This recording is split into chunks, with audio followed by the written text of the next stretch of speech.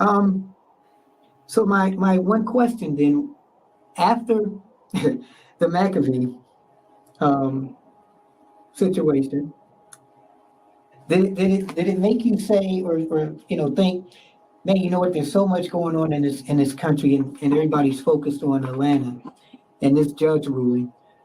Do I want to rethink me getting in office, or do I want to go in office even more? I think you want to go in office even more.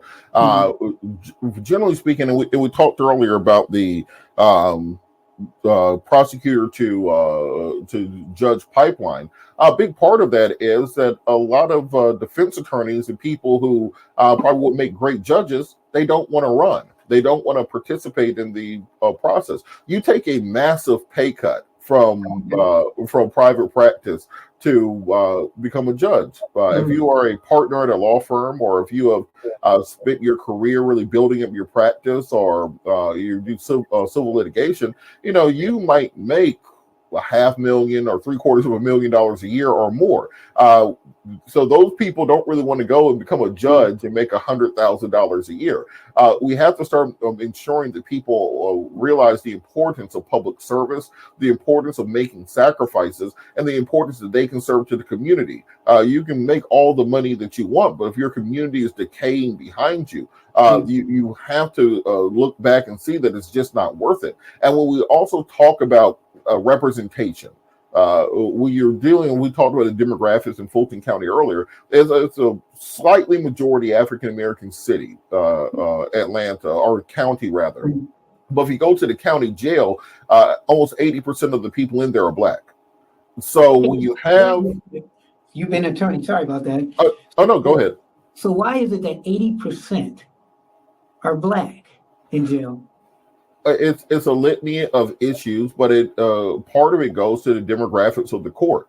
Hmm. I've been in court before where Tyler from Buckhead will come in, and he's been arrested this weekend for DUI, possession of drugs, and possession of a firearm, etc. And then Tyler's dad sends his lawyer in, and Tyler gets a diversion program, and he goes home with a clean record after doing some community service and going to a rehabilitation program. Then Tyrone walks in directly after him. He's been arrested this weekend for DUI, possession of drugs, and possession of a firearm. And now Tyrone is sentenced to 10 years in prison. These are the inequities that exist in our system. And we can either stand on the outside and hope to affect them, or we can work our way into the inside and be able to fix them from the ground up. I have a big focus on diversion programs and leniency, because it's not about giving people a slap on the wrist or just letting them just walk away scot-free. It's about making sure people, and particularly young offenders, have a second chance and have the ability to reform their lives. I think that if somebody goes to prison for 5 years and they come out and do the exact same thing, that's not a personal failure. That's a failure of the system. We need to have programs in place that if you're convicted of a crime, that you have to go through counseling, you have to go through rehabilitation, but also you have to go through educational and jobs programs. You should come out and know how to do pipe fitting, long haul truck driving, HVAC repairs, plumbing, electricians. All these things are stuff that we need in our community. But instead, all the people are doing is you put a 17-year-old into the adult prison, and you leave them there for 5 years. They come out with a bachelor's, a master's, and a PhD in crime. The only thing they learn how to do is be a better criminal when they get out of there, and we have to change that system. So the way you're saying too, there should be more educational programs while you're in prison. Correct. Not just educational programs, but also work programs that will give you the information that is necessary to make the changes needed. And if you don't actually invest in making those changes, then you're only going to get the exact same system returning. And if McAvee or the other guy had finished his term, would you still have considered running? Yeah, I actually, when Judge Brasher stepped down from the bench, I considered running then when the seat became available. As I said, we've had issues long before Fonnie Willis and Donald Trump, and I don't think it is constructive to make the entire campaign about one case, one Right. individual, and what's percolating in the news, regardless of what happens to Donald Trump. If your grandson or your nephew gets arrested, they're going to have to deal with the system that exists right now. Right. And so now tell me, how did you become a civil rights attorney? It's interesting because when I was in college, I was attended a speech by Reverend Jesse Jackson when he was speaking at Georgia State, and after that, I started volunteering for his office here in Atlanta under Janice Mathis. Through that, I met many of the civil rights heroes, everybody from Andrew Young to James Orange, Joseph Lowry, Abernathy, Bernice King, on down the line. And it made me realize the importance of not just being an activist, but of being an attorney. Being able to file the lawsuits, being able to represent communities, being able to use the legal tools. During the 1950s and 60s, the civil rights movement was very much focused around the church because that's where people congregated. So you saw reverends and pastors really being the leaders of that community. If you fast forward to the last decade or so, there really has been the civil rights attorneys leading the charge. People like Ben Crump, people like Lee Merritt, people like a good friend of mine, Chris Stewart and Harry Daniels, who are able to file these lawsuits that are pushing the change necessary. I like to believe I was on the front end of that. And I think that now the next step is to go from simply being outside filing lawsuits to being inside making the changes necessary. So how is it now being a civil rights attorney, and you know the history of civil rights, have we progressed? Do we need, civil rights attorneys now more than back then in the 50s or 60s? Does it surprise you that we need them as much as we have them? It's more necessary than ever.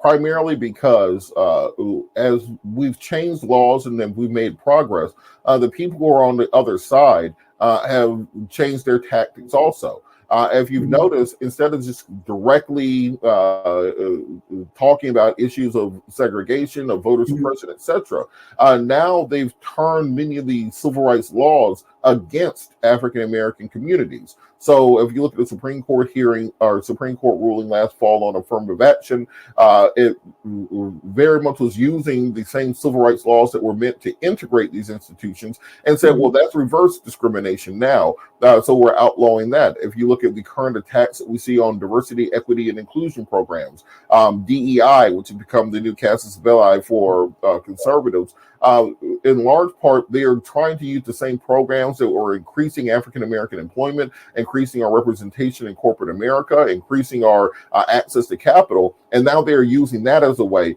to push back against the progress we've made. So just as we had to fight the fight in the 60s, the fight continues. They've just simply changed the nature of it and changed. We basically went from boxing to MMA. You're still doing the same thing. It's just a different strategy. And I have said I don't believe in conspiracy theories, but I kind of believe things are placed the way that they're placed. And the Civil Rights Act, the Voting Rights Act of 65, I always felt, I wasn't there, but I always felt that once they got that, maybe the powers that be were in their offices and said, you know what, these African Americans, they're talking too much. They're making a scene. They want something. Let's give them that. I feel that they pacified them because the generation before me that, they got the affirmative action and everything. I don't feel that they came back and came to my generation. I think some of them who were in their 60s, 70s, 80s, they got what they got and they went on. Because to me, why hasn't this civil rights movement been as strong as it was since the 1960s? I mean, to me, it's technically diminished because where you're young, I've run for office a bunch of times and I never see young people run. Okay, why am I the only one that's going out there feeling, look, I don't like this system. It can't be changed. I tell anybody, if you don't like who's in office, and I've said this to you before, then either you run or you get somebody else to run. I ran for Congress, and when I ran against Max Miller, okay? So it was big. So it was Max Miller and two other guys. And Max Miller, he came into our community, kind of moved in. Okay. And the other two guys, they were there. And then it was me. And I went door to door, got signatures. Me and my son, I said, look, you help me get these signatures, I'll give you some Jordans. We'll give you some Mhm. LeBron. So we went, got on the ballot. So there's four of us on the ballot, two guys that have some money, then Trump's who's got millions, and then yours truly. So in one little community, I placed third. Overall, I placed fourth, but I was 7% from placing second. Okay. Mhm. No money, nothing, going door to door. Did this in COVID, but I wanted to show people that if you don't like who's in office, then you run or get somebody else to run. But to have the support of that, that's sad, and especially sad from African Americans, you know. So to me, when anybody is running for office, I give them credit and I say, even if you don't win, you may be in a demographic where it's not more African Americans that can vote for you. May be in a rural area.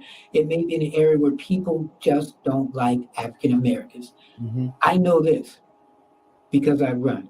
But then when you have a voice, you have your radio show, your civil rights attorney, do you sometimes, when you're at home thinking, wow, I'm doing all this stuff and I'm doing it for good? Do you ever sit down and maybe don't believe what you're doing?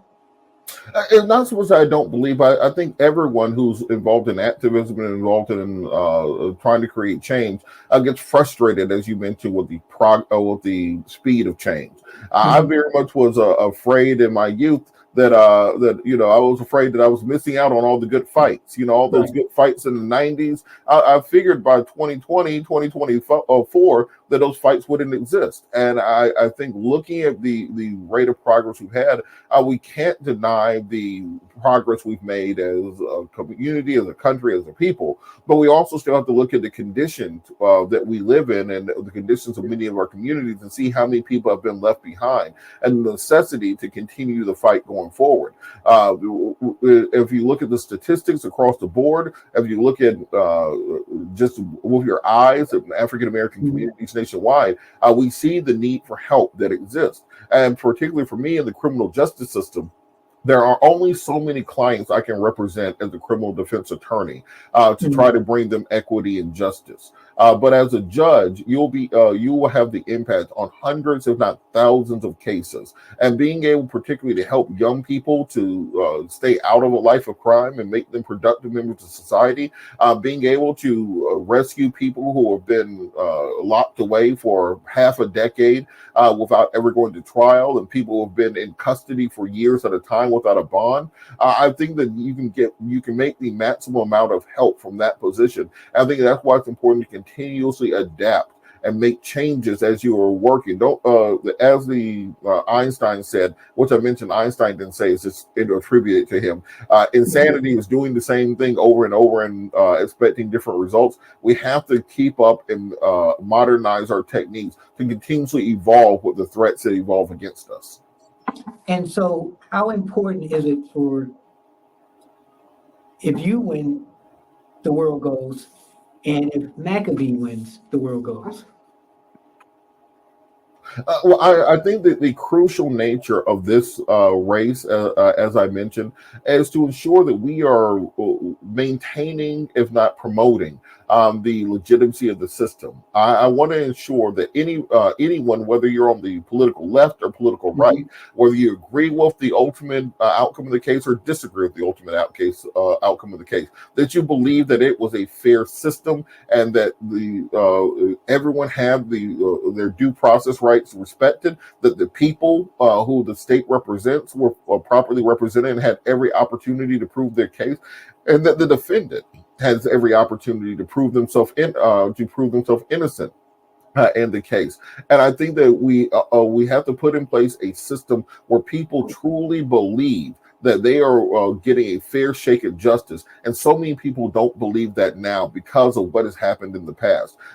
This is a fight that we have been in, whether people have known it or not. And this is a fight that we have got to win. This is one that we cannot lose, because once you lose the legitimacy of our system of justice, you've lost the system completely.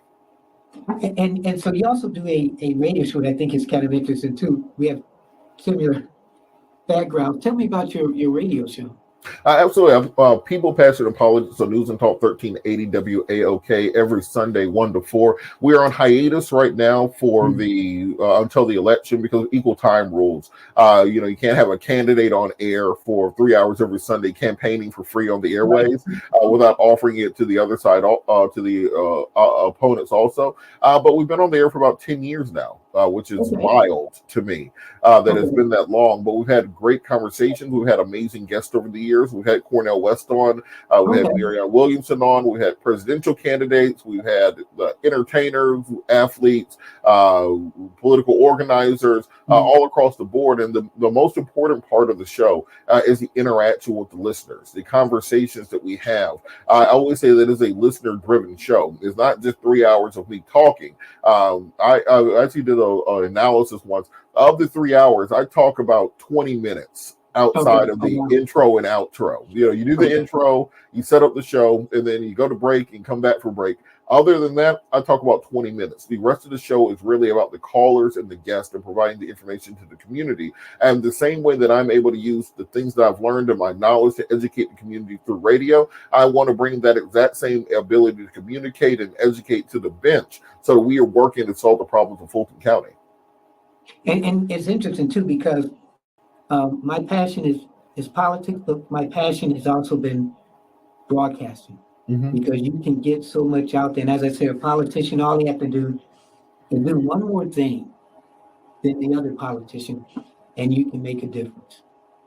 So now, what has been the hardest part about running for you? Fundraising. Fundraising. I think a lot of us, we have these kind of like wide-eyed ideas of what campaigning is. I'm going to go to the community events. I'm going to go to the old folks' homes. I'm going to go to the churches and talk to the congregations. You spend 90% of your time begging people for money.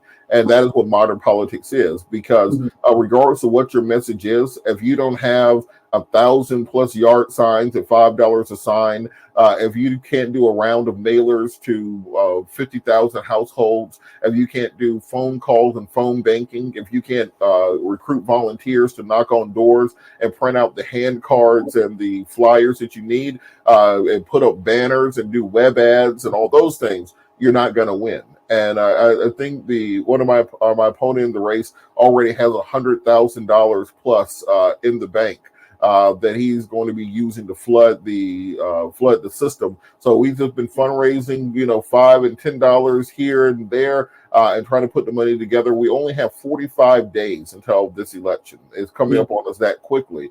So we're just fundraising like crazy, and we're going to do a really big kick on Get Out the Vote starting May the 1st. So we're fighting our way through it. So yeah, the fundraising part has definitely been the biggest issue.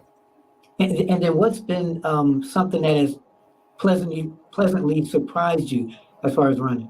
The conversations. I, as you said, we both have backgrounds in radio and broadcasting. I like talking to people. I like hearing their issues and being able to incorporate that into what we're fighting for. Talking to individuals about their experiences in the criminal justice system, talking to court employees and former court employees about what needs to be done to change the system as it currently is and how we can fix it and modernize it. The more conversations you have, the better outcome you can create. And this is why it's so important for me to really represent the people on the bench, to not be a representative of the state, to not be a representative of the prosecutors, but to be a representative of the people and of the Constitution, and all the things we really believe in, and bringing that to the bench in Fulton County. And any closing statements real quick?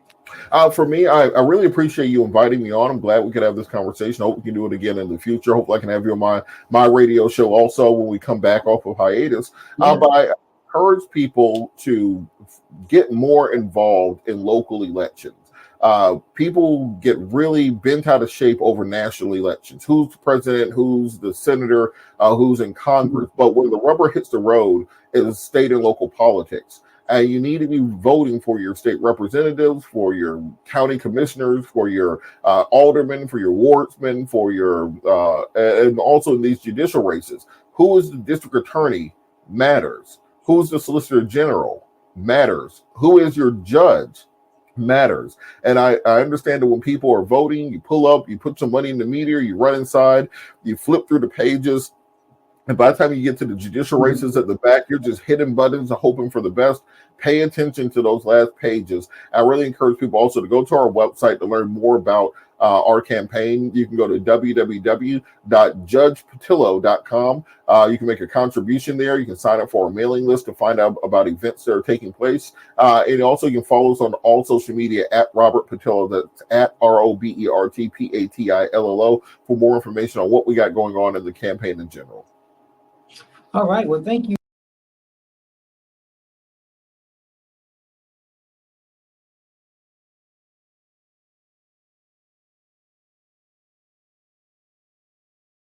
They want to go now. Okay. Go ahead. This is Brother Cornell West, and it has been my blessing and joy to be in such high quality conversation with Brother Anthony Parker of Keeping It Honest. Make sure you never miss his show.